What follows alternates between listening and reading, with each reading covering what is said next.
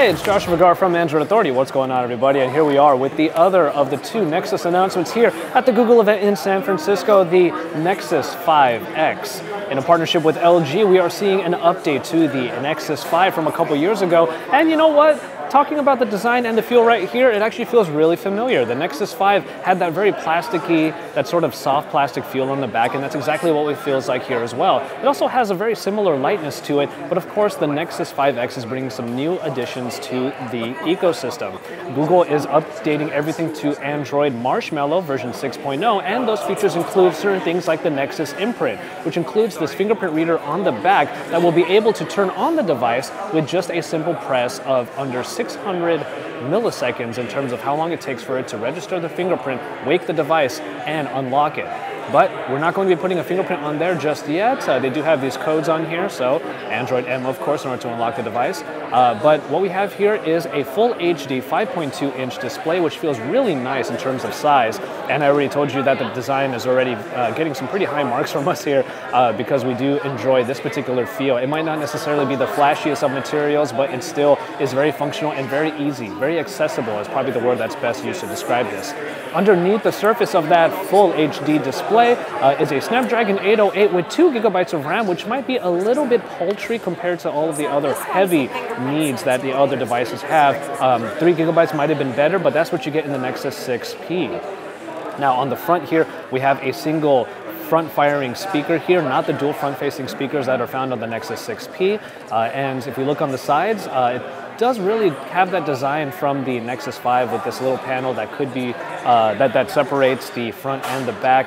The volume rocker is below, the power button over here. And heading over to the back, I already mentioned the fingerprint sensor here, but the Nexus logo is in landscape, which was always something that we loved about these devices.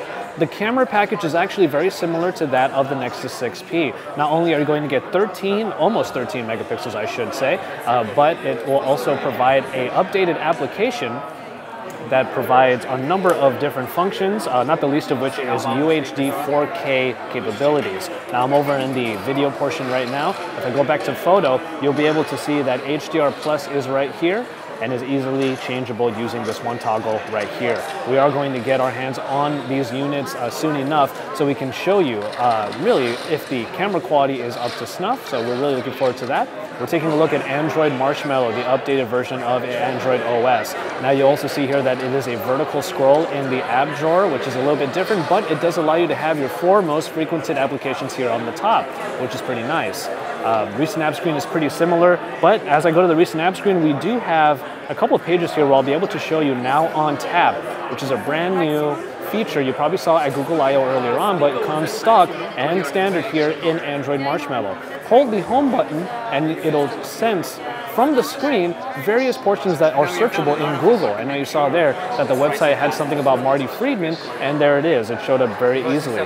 Just a lot of different terms that are probably very obviously searched in Google are going to be pulled by Now on Tap. Of course, the other addition we have here is a USB Type-C port on the bottom that will provide fast charging, which is always a very good addition. But the battery underneath for a 5.2-inch Full HD display is actually pretty good with a 2700 milliamp hour unit underneath. This phone will probably last about as long as we really wanted to. And with additional battery saving features, including the Doze feature, then we should be able to get maybe even more than a day and a half worth of battery life on here. But we're going to, of course, test that when we get our full review units. As far as availability goes, the Nexus 5X will be available in the Google Store starting from $379 for the 16 GB model, which is the base model. Compared to the $349 from last model of the Nexus 5, that makes a little bit of sense, a little bit higher price, but you get some extra features as well. So you can stay tuned to Android Authority for that and even more from us here at the San Francisco event as we're taking a look at the 2 new Nexus devices and the other announcements that they made here. Keep it tuned to Android Authority for our full reviews and comparisons of these phones to the rest in the Android ecosystem today, because we are your source for all things Android. I've already come